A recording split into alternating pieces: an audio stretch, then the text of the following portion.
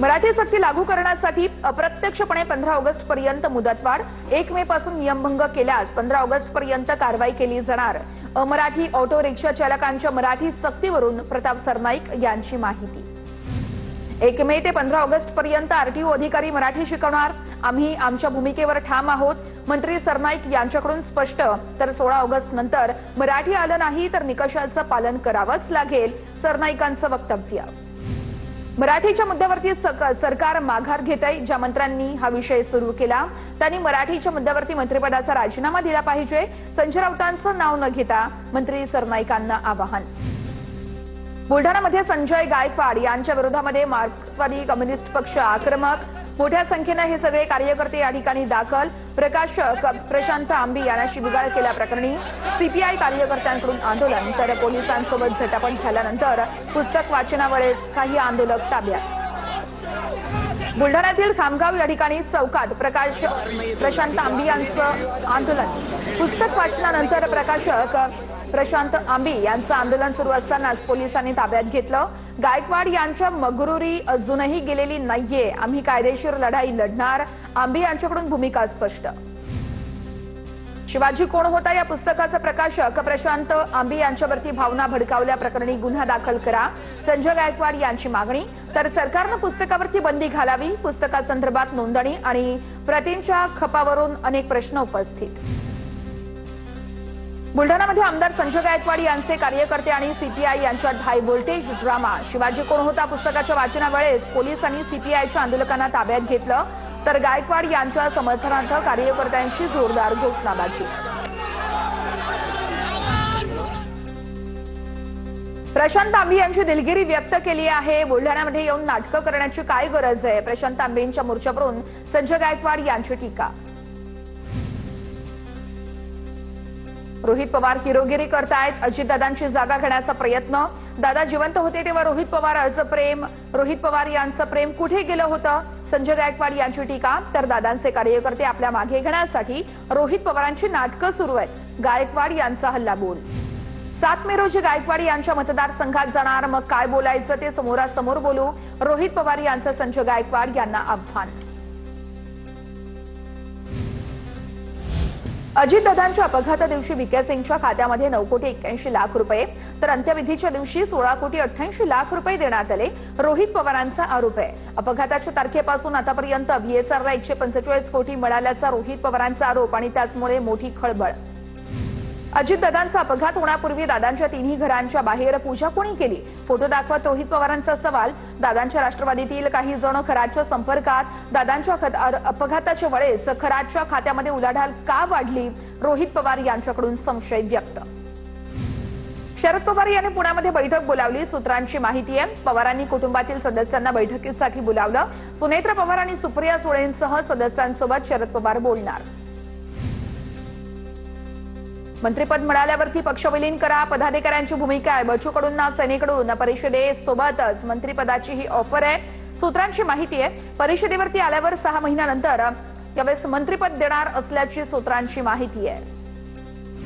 बच्चू कडू रवी राणा यांच्यात फोनवरून चर्चा झाल्याची सूत्रांची माहिती। राजकारणातील कट्टरवैरी असलेले कडू राणा यांची चर्चा, सूत्रांची माहिती।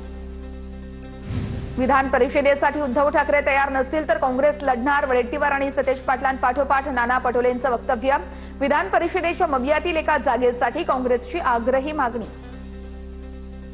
रोहित पवारांकडून पुण्यामध्ये सीआयडी अधिकाऱ्यांची भेट, दादांच्या अपघाताप्रकरणी तपासामध्ये गांभीर्यता दिसत नाहीये, रोहित पवारांचा आरोप आहे। तर कर्नाटकातील एफआयआर सीआयडीकडे पाठवल्याची माहिती, मात्र सीआयडी तपास नाही तर चौकशी करणार असल्याची अधिकाऱ्यांनी पत्रकारांना माहिती दिलेली आहे, रोहित पवार यांचं हे वक्तव्य आहे। अजितदादांच्या विमान अपघात प्रकरणी विमानातील एफडीआर आणि सीडीआर मधील माहिती डाउनलोड तपासात मदत घेण्यासाठी एनटीपीएस कंपनीची नेमणूक, एआयबी आणि डीजीसीएनं माहिती दिल्याचं रोहित पवार यांच्याकडून स्पष्ट। पर्यावरण विभागाच्या तलाव संवर्धन निर्णय रद्द केल्याचं प्रकरण, तांत्रिक बाबींची पूर्तता न केल्यानं शिंदे सरकारच्या निर्णयाला स्थगिती, उच्चपदस्थ सूत्रांची माहिती। उद्धव ठाकरे मोठे नेते नाहीयेत, शरद पवार यांच्या एवढे उद्धव ठाकरे मोठे नेते नाहीयेत, शिंदेंच्या शिवसेनेचे नेते संजय निरुपम यांचं वक्तव्य। तर विधान परिषद शिवसेना तिसरा उमेदवार देऊ शकतो, निरुपम यांची माहिती। अमरावतीच्या परतवाडामध्ये उद्या नितेश राणे यांची सभा असेल, मात्र नितेश राणेच्या सभेला पोलिसांनी परवानगी नाकारल्याचं कळतंय। परवानगी नाकारली असली तरी मात्र सभा होणारच, आयोजकांची भूमिका आहे। बीडच्या मस्साजोगमध्ये सरपंच पदासाठी पोटनिवडणूक, मतदान केंद्र परिसरामध्ये नागरिक थांबत असल्यानं स्वरूपानंद देशमुखांचा हा आक्षेप आहे। स्वरूपानंद देशमुख सरपंच पदाचे उमेदवार आहेत। आक्षेपानंतर काही प्रमाणामध्ये गोंधळ, तसेच पोलीस आणि उमेदवार प्रतिनिधींमध्ये देखील बाचाबाची। भोंदू खरातचे वकील खरातची एसआयटी कोठडी दरम्यान भेट घेणार। भोंदू खरातची एसआयटी कडून चौकशी सुरू आहे। 7व्या गुन्ह्यामध्ये भोंदू खरातला 3 दिवसांची पोलीस कोठडी आहे। वकील एसआयटी चौकशी संदर्भात खरातसोबत चर्चा करतील। नाशिकमध्ये सिंहस्थाच्या कामांचा धडाका, काम होत असताना नियमांचं पालन होत नसल्यानं नागरिकांना मनस्ताप। नाशिकच्या महापौर आणि उपमहापौरांची अधिकाऱ्यांसोबत अचानक पाहणी।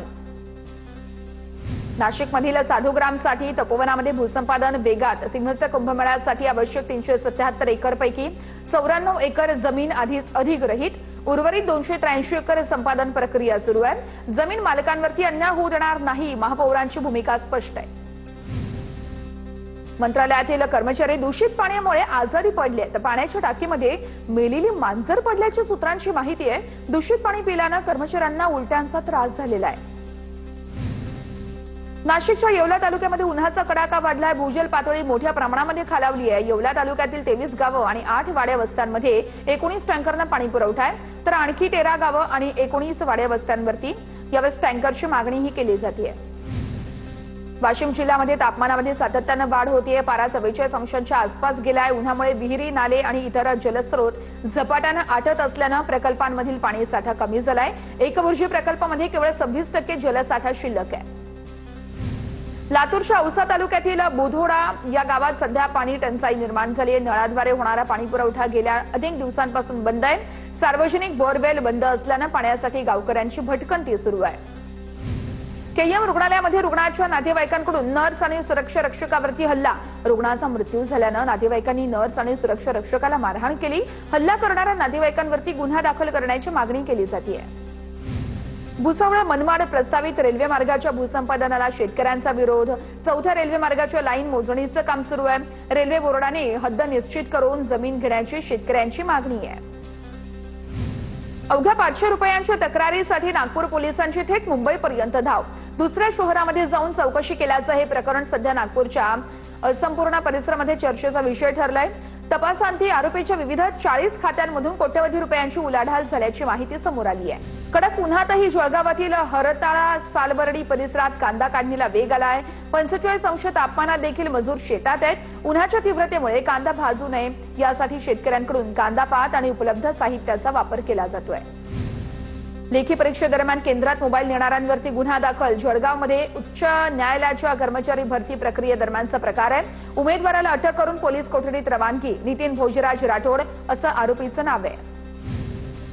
छत्रपती संभाजीनगर जिल्ह्यासाठी सोमवार ठरला ब्लॅक मंडे। 3 वेगवेगळ्या अपघातामध्ये 3घांचा मृत्यू, तर 5 जण गंभीररित्या जखमी। वैजापूर, करमाड आणि बिडकीन परिसरातील 3ही अपघाताच्या घटना समोर। कोल्हापूरमध्ये तरुणींचे व्हिडिओ बनवून ब्लॅकमेल केल्याचा धक्कादायक प्रकार। पुलाची शिरोलीतील शाहिद सनदे या आरोपीला अटक। तरुणीवरती अत्याचार करून व्हिडिओ मित्राला शेअर केल्याचा उघडकीस, तर शाहिदचा मित्र शाहरुख मात्र फरार। चंद्रपूरच्या नागभीडमधील रोशन कुळे किडनी विक्री प्रकरण। मुख्य संशयित आरोपी डॉक्टर रवींद्रपाल सिंगचा अटकपूर्व जामीन अर्ज हा नागपूर खंडपीठानं फेटाळलाय। स्थानिक गुन्हे शाखेचे पथक डॉक्टर सिंगच्या अटकेसाठी रवाना। जालना जिल्ह्यामध्ये कृषी विभागाच्या कारवाईचा धडाका सुरू। 87 कृषी सेवा केंद्राची अचानक तपासणी। खताच्या विक्रीमध्ये अनियमितता करणाऱ्या 9 कृषी सेवा केंद्राचे परवाने निलंबित, तर 41 कृषी सेवा केंद्र चालकांना नोटिसा। तरुणानं बस पळवल्यानंतर पीएमपी प्रशासन सतर्क। यापुढे विनाचालक आणि चावी सोडून कुठेही जाता येणार नाही। जर चालक गाडी सोडून गेला तर कारवाई केली जाणार। पुलावर गाडी लावलेल्या चालकाचं निलंबन करण्यात आलंय। मडगाव ते मुंबई तेजस एक्सप्रेस सीएसएमटी ऐवजी दादरपर्यंतच धावणार। फलाट विस्तारीकरणाच्या कामामुळे प्रवाशांची 19 मे पर्यंत गैरसोय आहे, तर मंगळुरू ते सीएसएमटी धावणारी एक्सप्रेस ठाण्यापर्यंतच धावणार। सीएसएमटी स्थानकातील 16 आणि 17 क्रमांकाच्या फलाटाच्या विस्तारीकरणाचं काम सुरू आहे। मुंबई पुणे एक्सप्रेस वेवर आणखी 4 बोगदे होणार आहेत। एक्सप्रेस वेच्या 10 पदरीकरणाचा प्रस्ताव आहे। 4 ठिकाणी 6 पदरी बोगदे बांधण्यात येणार आहेत। या कामांसाठी 15,000 कोटींचा खर्च करण्याचे प्रस्तावित आहे। मुंबई महापालिकेकडून ग्रीन बॉन्ड्स उभारण्याची घोषणा करण्यात येते। हरित रोख्यांमधून भविष्यात निधी मिळवण्यासाठी मुंबई महापालिकेला आधी पत मानांकन करावं लागेल। महापालिकेकडून सेबीकडे नोंदणीकृत असलेल्या एका संस्थेची निवड। म्हाडा प्राधिकरणामध्ये अनेक पदं रिक्त असल्यामुळे उर्वरित कर्मचाऱ्यांवरती कामाचा अतिरिक्त ताण आहे। काही कर्मचाऱ्यांना एकाहून अधिक विभागाची जबाबदारी आहे। रिक्त पदं लवकर भरण्याची मागणी केली जाते। नवी मुंबई विमानतळावरून दररोज 35 आंतरराष्ट्रीय उड्डाणं होणार आहेत। आंतरराष्ट्रीय विमानसेवेची तयारी पूर्ण झाली आहे। सिडकोचे व्यवस्थापकीय संचालक विजय सिंघल यांची घोषणा आहे। कल्याण मुरबाड रेल्वे मार्गावरून मानिवलीतील शेतकरी आक्रमक झाले आहेत। सरकारी गायरान जमीन सोडून बागायती जमीन आणि घरांवर मार्ग वळवल्याचा शेतकऱ्यांचा आरोप आहे। घरांवर काळे झेंडे लावत अधिकाऱ्यांना काळे झेंडे दाखवण्याची तयारी आहे। पुण्यातील ILS महाविद्यालयाची चौकशी होणार आहे। मंत्री चंद्रकांत पाटील यांनी निर्देश दिले आहेत। बेकायदा शुल्क आकारल्याप्रकरणी कारवाई केली जाईल। विद्यार्थ्यांकडून वसूल केलेली रक्कम ही 6% व्याजासह परत करावी लागणार आहे।